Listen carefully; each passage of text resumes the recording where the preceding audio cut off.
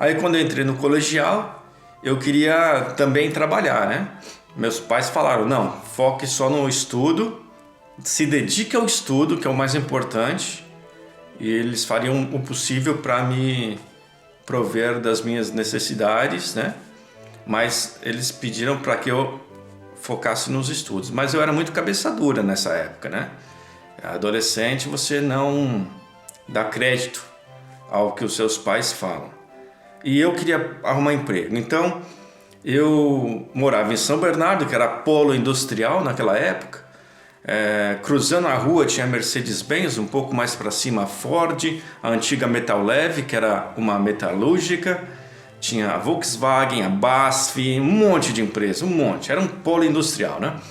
Então eu semanalmente imprimi o currículo, naquela época não tinha obviamente tecnologia, imprimi o currículo e saía, andava, todas as empresas semanalmente ou diariamente, se fosse ali por perto, e entregando o meu currículo, né? Entregava o currículo na portaria e assim por diante. Então eu fiquei lá dos meus 17 aos 19 anos fazendo isso, né? Todo o meu colegial entregando o currículo e nenhuma entrevista. Simplesmente nada. Eu fiz o cursinho de datilografia, fiz um curso básico de informática. Em 95 eu fiz o primeiro cursinho de informática. Lá com DOS e tal, e nada de emprego. Então era isso, né? Não consegui emprego.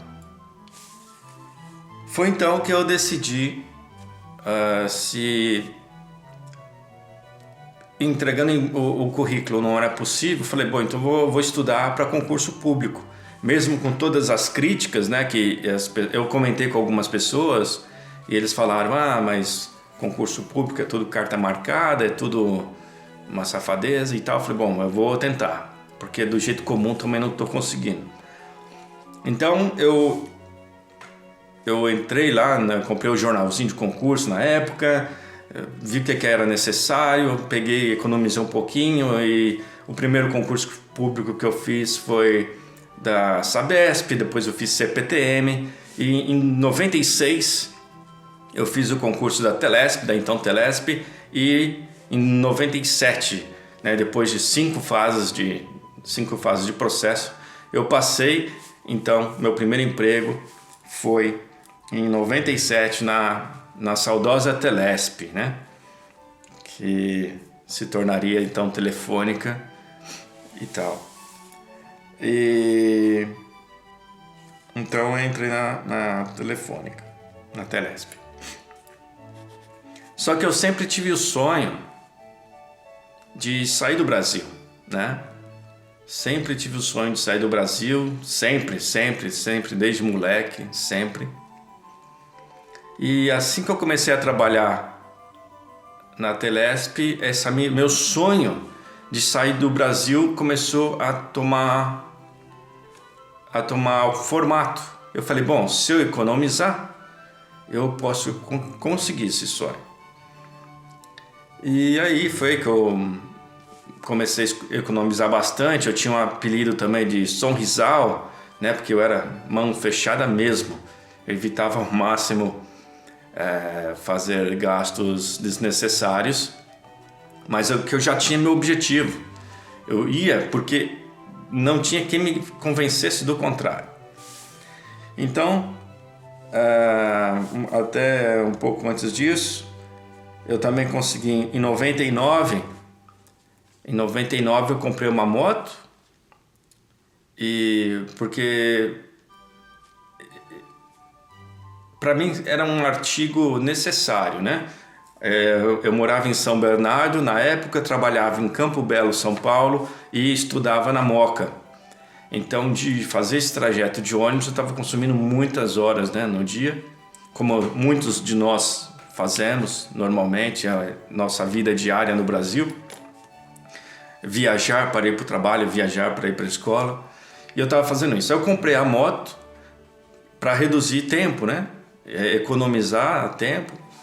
E foi isso que eu fiz, mas infelizmente eu não fiquei nem um ano com a moto. Ela foi furtada, né? de dentro de casa lá, de dentro do condomínio, ela foi do condomínio, de dentro do prédio, do estacionamento do prédio, ela foi furtada. É uma frustração grande, mas isso acontece com todo mundo, né? Eu não sou diferente, não sou especial, e aconteceu comigo também.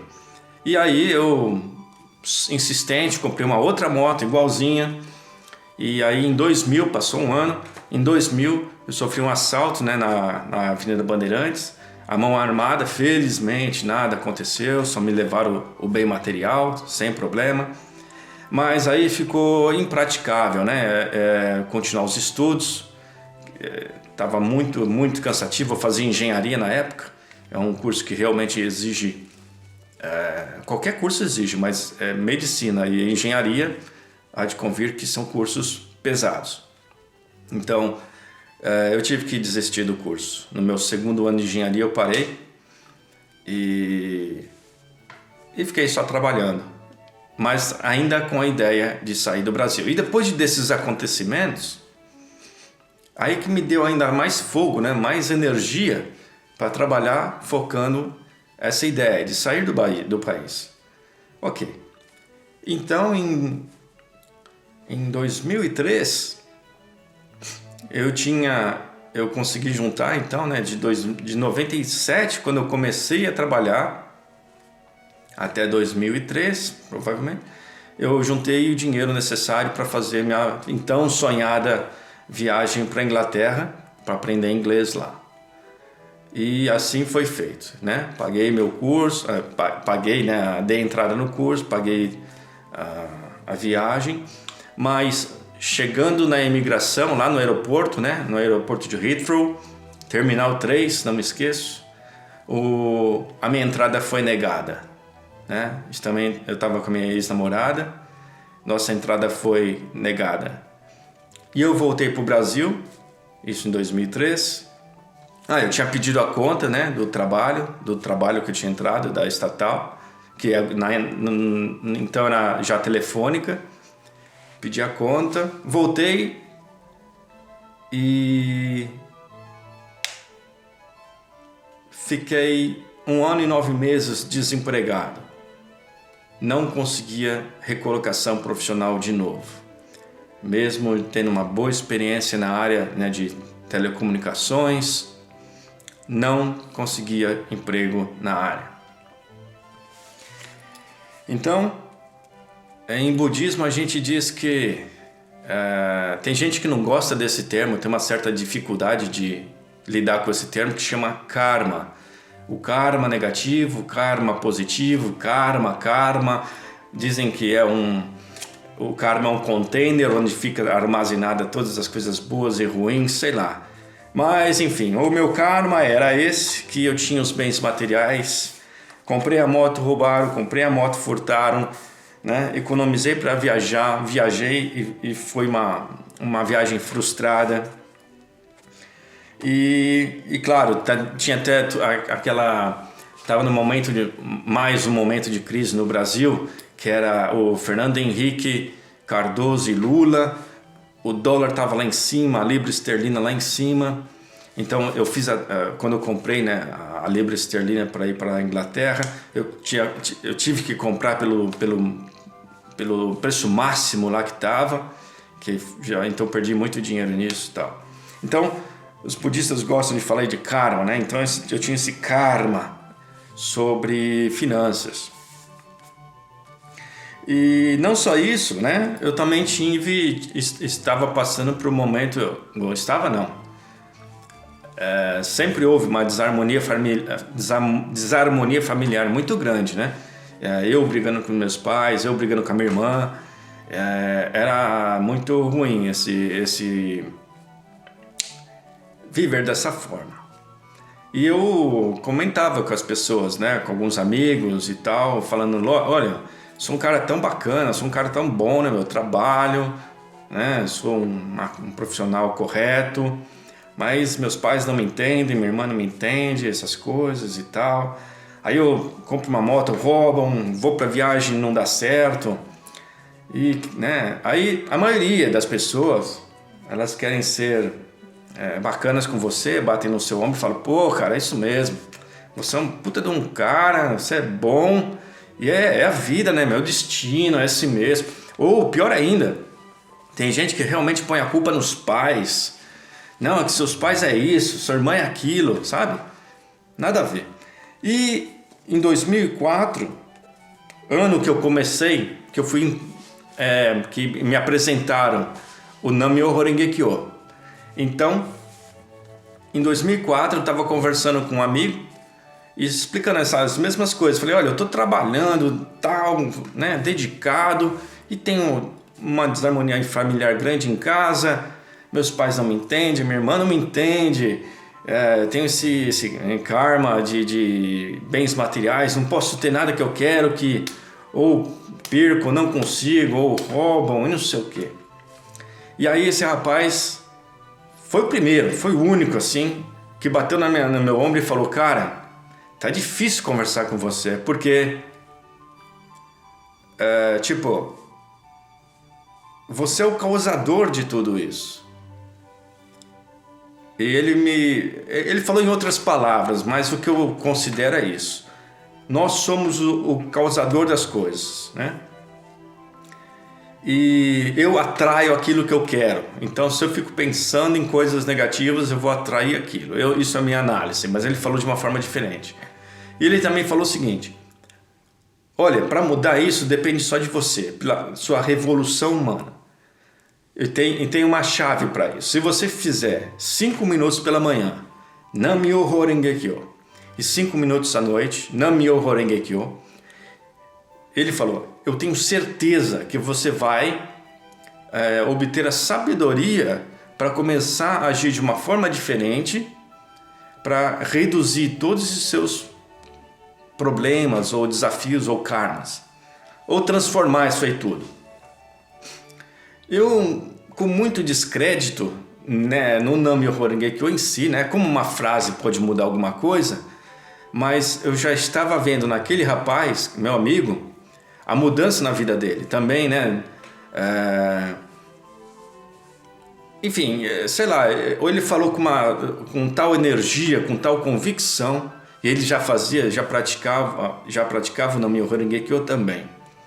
E eu falei, bom, eu vou tentar, né? Porque primeiro que eu gosto, depois que eu aprendi também que aquele som, o Nam-myoho Renge-kyo era o mesmo som que eu escutava em toda a minha adolescência. Então isso me despertou ainda mais o interesse em saber mais daquilo.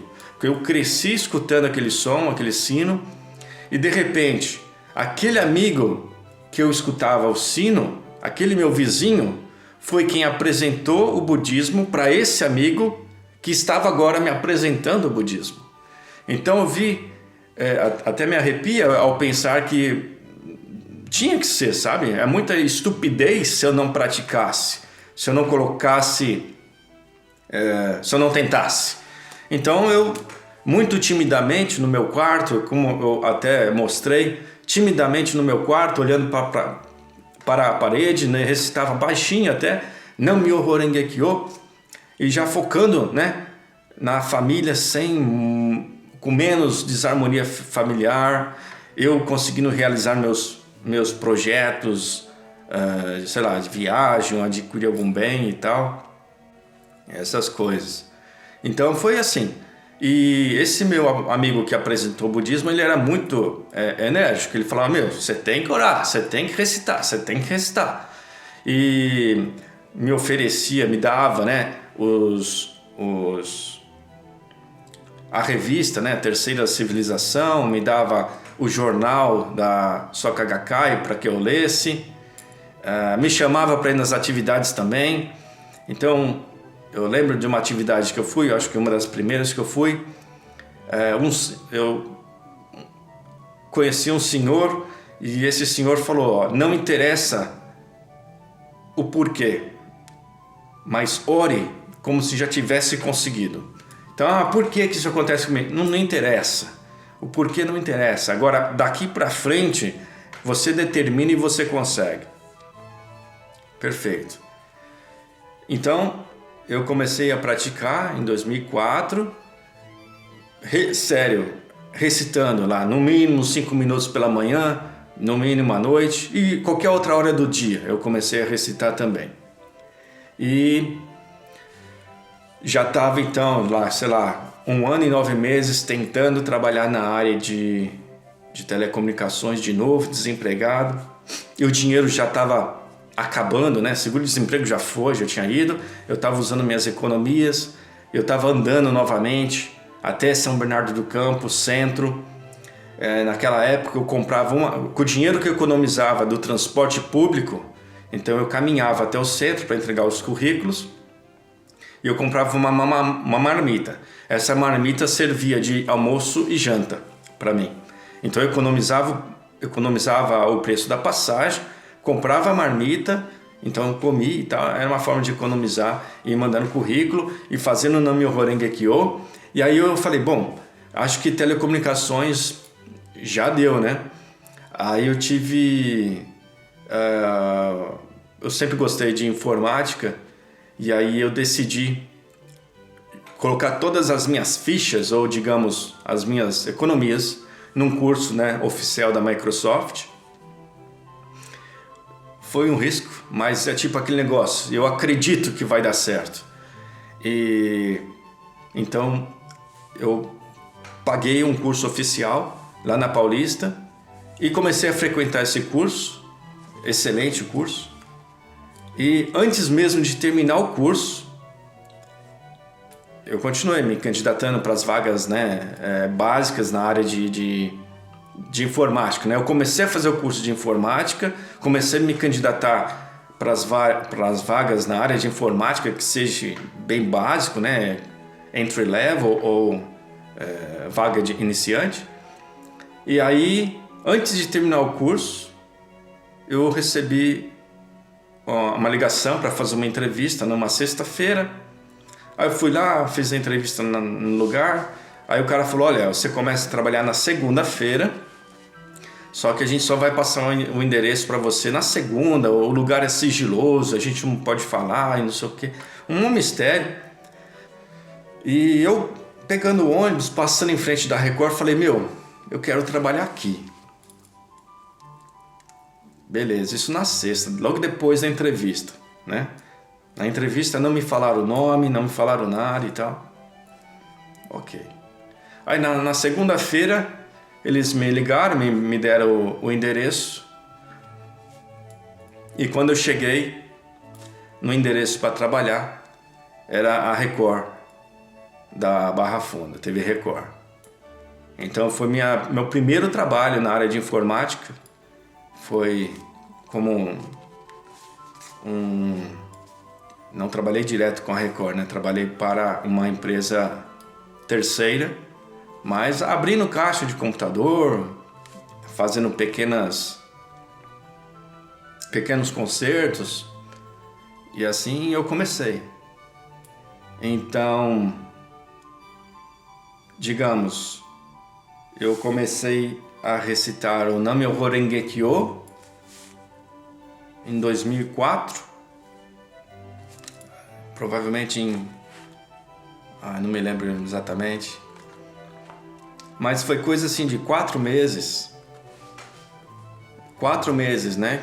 Eu comecei a orar o Namyo Renge-kyo, me deu a sabedoria de procurar uma outra área de atuação, ou seja, informática. Decidi investir o pouco que eu tinha nessa nova capacitação. Paguei um excelente curso, comecei a fazer esse curso, fui chamado para entrevista. O detalhe da entrevista, como eu estava fazendo o curso, eu estava indo de uma forma tranquila, né? De camiseta, jeans, e eu tinha um tênis furado até, né? Eu nunca fui ligado muito a tênis de marca, eu tinha, sei lá, um Lecheval, um porcariazão lá, eu tinha um Lecheval furado. E eu estava lá fazendo meu curso, recebi a ligação do lugar dizendo, olha, tem uma entrevista, sei lá, às 4 horas, era horário do almoço. Às 4 horas tem entrevista, tem que ir, hoje, vai fechar hoje e tal. Essas coisas loucas que acontecem no Brasil, né? Sem organização, sem nada, pânico, emergência, tudo. Aí eu falei, bom, estou no meu curso, mas uma entrevista na área, vamos lá. Aí cheguei lá no lugar, na empresa, todo mundo de terno e gravata, né? Os outros analistas e tal, de terno e gravata, e eu lá, tênis furado, cabelão para fazer, barba para fazer, né? Todo lá. Falei, bom, me chamaram, eu tô aqui, né? Agora, vamos ver, dou o meu melhor. Agora tem uns outros candidatos de uma aparência bem melhor, né? Se vestindo melhor. E aí eu fiz minha entrevista, expliquei para ele, Lu, eu acabei de vir do curso, né? Não esperava essa entrevista e tal, não sei o quê. Enfim, e aí foi que falaram que eu tinha passado e começaria na segunda-feira, mesmo estando com tênis furado e, digamos, mal vestido. Ok. Aí, então, essa foi as razões pelas quais eu iniciei a prática. A gente faz as coisas por amor ou por dor, né? Eu talvez comecei pelas duas, que eu já tinha escutado o som do Nam-myoho Renge Kyo quando era criança, então fiquei muito mais curioso, né, com essa possibilidade de aprender mais. Então foi por amor. E dor é porque eu não estava conseguindo conquistar, né, meus objetivos materiais ou viagens e tal. Então em 2007 eu recebi o meu Gonhonzo, né? E não parei, quer dizer, no Brasil, confesso que eu fazia minha prática e trabalhava demais, trabalhava muito. Então eu não tinha tempo para ir nas atividades, né? Nas atividades de grupos de amigos que a Soka Gakkai proporciona, organiza. Então confesso que no Brasil eu não fui para muitas atividades na época que eu comecei. Então eu comecei de forma bem... O meu amigo que me apresentou, ele me dava muito apoio, né? Todo o material, revistas, jornais, muito conhecimento ele me passava, mas eu efetivamente não tinha tempo de ir nas reuniões. Só que o legal também da Soka Gakkai é que ela está presente em vários países do mundo, né? Então, novamente, eu já tinha aquela vontade de sair do país. Foi quando, em 2007, eu falei, bom, eu já tinha começado a trabalhar em 2004, 2005, fiz um pezinho de meia nesses 3 anos e agora eu preciso sair do Brasil de novo. Vou tentar novamente. Só que eu mudei um pouco de plano, né? Ao invés de ir para Inglaterra, eu vou aprender meu inglês, mas eu vou para a Austrália.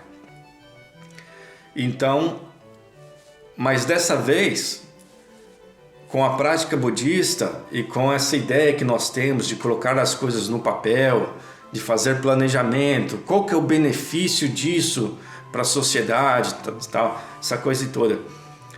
Eu comecei a colocar o benefício das coisas, né? Então, por que eu quero aprender uma segunda língua? Por que eu quero morar fora? Então, eu pensei assim, pô, eu quero representar o Brasil, fora do Brasil, e mostrar que existem brasileiros interessados em estudar, interessados em trabalhar, porque a impressão que os estrangeiros têm do brasileiro é que nós somos um povo alegre, festeiro e vários adjetivos, mas a parte trabalhador, inteligente, esforçado, tá lá embaixo. Quer dizer, o brasileiro trabalha bem, né? Para o estrangeiro, o brasileiro trabalha bem braçal, assim, né? É pedreiro, pintor, faxineiro, tudo que é braçal, o brasileiro é excepcional. Porque não precisa estudar para isso, né? Não precisa nem ler a etiqueta do produto químico. Agora, são raras exceções, infelizmente, raras as exceções de brasileiros bem-sucedidos no estudo, numa empresa, né? Entrar numa empresa multinacional fora do país. Hoje em dia até que a situação mudou bastante, mas há 10 anos atrás era um pouco diferente. Enfim, esse era o meu então objetivo, né? Ir para fora, aprender o idioma e mostrar que existem brasileiros que não diferentes, que gostam de estudar, de trabalhar de uma forma inteligente, né? Não só usando o braço, né? Se bem que quando a gente está fora, a gente tem que se sujeitar a fazer essas coisas, não tem como. Nós somos um estrangeiro que não falamos a língua local, então a gente tem que pegar qualquer trabalho, né? Tudo bem. Agora, viver disso já é uma opção. E a minha opção é me qualificar e obter posições de destaque. Ainda estou trabalhando nisso, ok? Ainda estou. É um desafio, né? Ainda estou no processo e vou conseguir. Ok, mas voltando ao budismo, quando eu pensei então dessa vez vou para a Austrália e vou fazer tais coisas, eu tinha já essa família da Soka Gakkai. Então foi muito mais fácil. Eu mandei um e-mail lá para Soka Gakkai Austrália, falei, vou chegar em tal dia, vou ficar em tal lugar, etc. Quando eu cheguei, os membros da Soka Gakkai Austrália já estavam aguardando por mim. Eles já sabiam quem eu era, né? Que eu não falava inglês. Então, eu me lembro muito bem, eles iam me pegar na porta de casa, né? Quando eu falo comprar carro para dar carona, vocês não fazem ideia, ou figurativo. Quando eu falo de ter um carro e dar carona, eu penso exatamente no que aconteceu comigo quando eu cheguei na Austrália. Eu morava no bairro distante, que o aluguel é mais barato, mas ficava muito distante do centro cultural ou das atividades budistas. E também tinha dificuldade de ônibus, né? Não era de ônibus de 1 em 1 hora e tal. E eu tinha esses amigos, os membros da Soka Gakkai, iam até minha casa, me pegavam, davam carona para mim até na reunião e depois me traziam de volta. Sabe, é uma coisa inexplicável, sabe? Eu estou num lugar diferente, uma língua diferente, não conheço ninguém e um estranho, entre aspas, vai até minha casa, me pega, vamos para a atividade, para a reunião, fazemos a atividade, recitamos Daimoku, Gongyo, estudamos o budismo em inglês e naquela época até sem muito entender nada, né? Porque eu estava aprendendo o idioma. Aí a pessoa me leva para casa de novo. Assim, eu tenho extrema gratidão. E isso era comum, muito comum lá, né? E assim que aconteceu. Até eu falava para ele, até determinada vez eu falei, assim que eu tiver condições financeiras, eu contribuo, né, com a gasolina e tal. Ele falou, não, você não precisa fazer nada por mim. Simplesmente um dia, quando você puder, também faça por outros. Isso ficou na minha mente.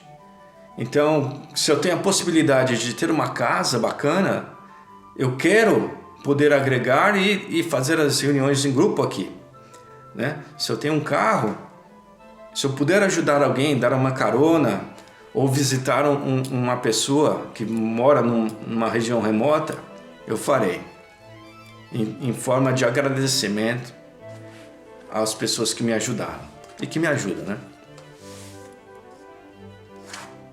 Então eu morei na Austrália, e na Austrália foi onde realmente, por causa desse calor humano, digamos, né, de toda essa ajuda que eu tive, eu me tornei Soka-han. Soka-han, para os membros da Soka Gakkai, é a pessoa que ajuda né, no backstage, né, sei lá, que ajuda na limpeza do centro cultural, que ajuda na pintura, cortar grama, ajudar no estacionamento, dar as boas-vindas aos convidados quando tem uma reunião grande. Então me ajudou muito, né? Foi lá na Austrália realmente que eu aprendi muito sobre o budismo e foi praticando, né? Em grupo.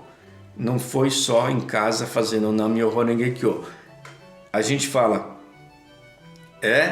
a gente inicia com o Nam-myoho Renge-kyo, nós iniciamos com o Nam-myoho Renge-kyo de manhã e à noite, ou qualquer hora do dia, ok? Mas internet, YouTube, esse vídeo,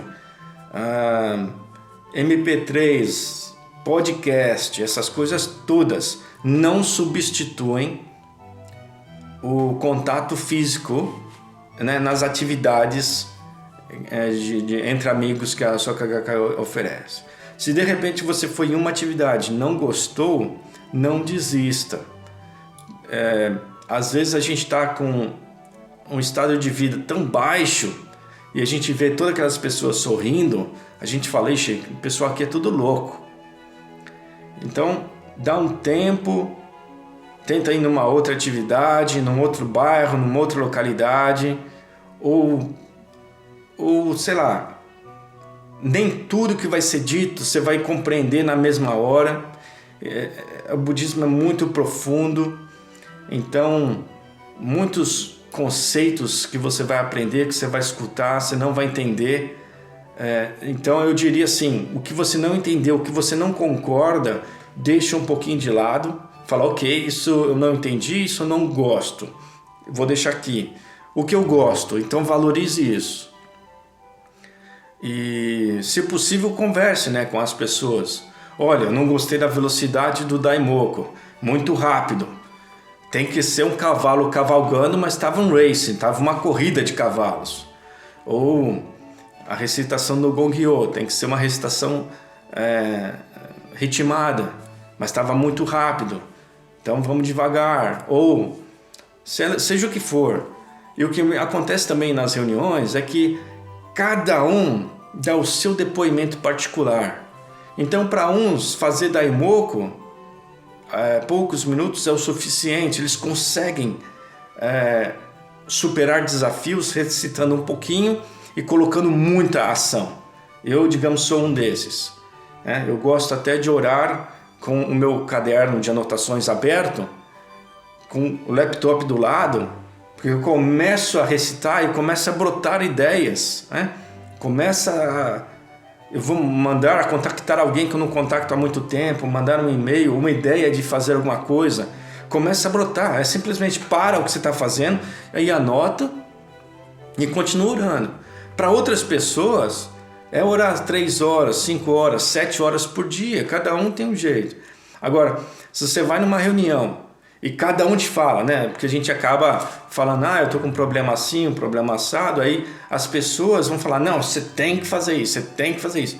Então, cuidado, simplesmente diga, muito obrigado pela sua sugestão, muito obrigado pela sua sugestão. E deixe de lado, entendeu?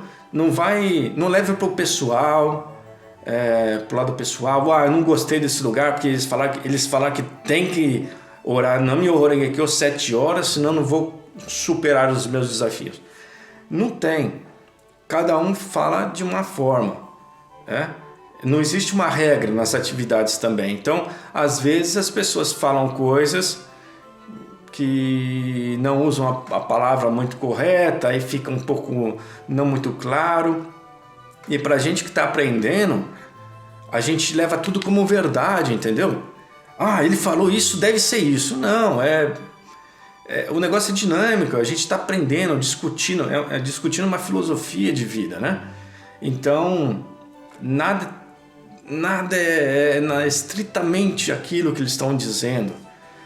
Todos têm uma forma de praticar, uma forma de explicar. Então eu diria assim, se você foi numa reunião, não ficou contente, procure de repente uma outra reunião em uma outra localidade, em outro bairro, né? E se você tiver alguém com quem conversar, tire suas dúvidas. Eu tive muita dificuldade sobre karma, sobre o conceito de mestre e discípulo, e tem várias outras coisas que a gente tem, de repente,